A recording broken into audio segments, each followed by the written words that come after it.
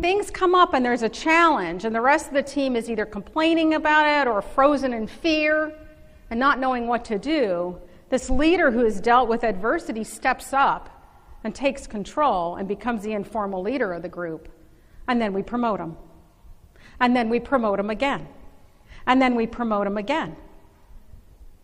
And every time we reinforce the strength so that they think that this strength got them to where they are. So when I'm working with a lot of VPs, they're like, well, I thought that was one of my really good things. Yeah, well, now it's gone a little too far and you're seen as the bully. I want that candidate to change. I want that behavior to change.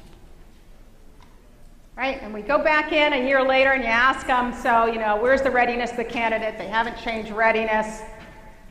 Well, did you have that conversation with them? Did you tell them about this behavior?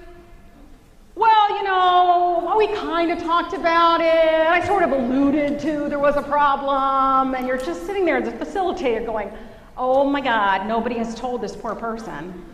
And then a year later, of course you're at the same place. And if you do this for a couple of years, what happens when the opening actually comes open? They go, yeah, I know we said George was number one, but let's not touch George. I know, let's hire somebody from the outside who has behaviors we don't even know about, right? Because the unknown somehow is better than the known.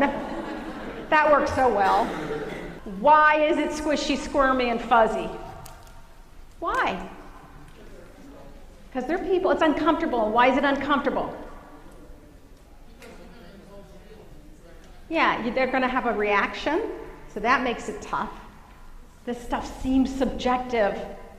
Oh my God, we're HR folks, right? What is the risk if it's subjective? They're going to sue us back to the Stone Ages. Here we go, get the mediator on the phone, right? It seems like it's politics, it seems like it's favoritism, and we've got all of this stuff wrapped up into this. So the squishy, squirmy, fuzzy we avoid. And instead we go, yeah, why don't you go off to this executive development program, and we pray and we hope that somehow they'll figure it out. What is that thing that you are so good at that your team relies on you for? That they know they can count on you for this ability? And here's a list. So for the next 3 minutes, what I want you to do is to get into pairs. And one of you will be the mentee, and one of you will be the mentor. So whoever wants to share what their overuse strength is will be the mentee. And I want you to ask your mentor, after you share, here's some of the things that I do. Here's how it could be perceived. Here's some things I'm thinking I could do to reel it back in. What else would you suggest? Decide who wants to be who.